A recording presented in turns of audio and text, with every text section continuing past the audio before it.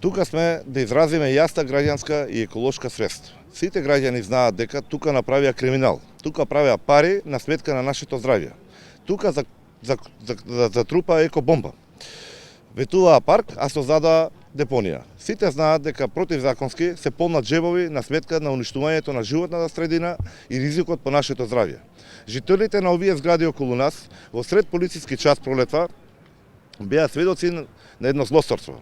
Тие немошти ги броја стотиците, повторувам, стотиците камиони што одвезуваа природен песок и чакал и синхронизирано конвои камиони што довезуваа и истураа секаков отпад и шут. Денес, благодарејќи на дискусијата во собранието, знаеме и дека Шилегов и Богоев се лицата што стоат позади оваа катастрофа. Исто така знаеме дека СДСМ нема вечно да ги држи институциите во заробеништво. Еден ден институциите ќе функционираат и ќе казнуваат. Секој што се огрешил ќе сноси одговорност и ќе одговара.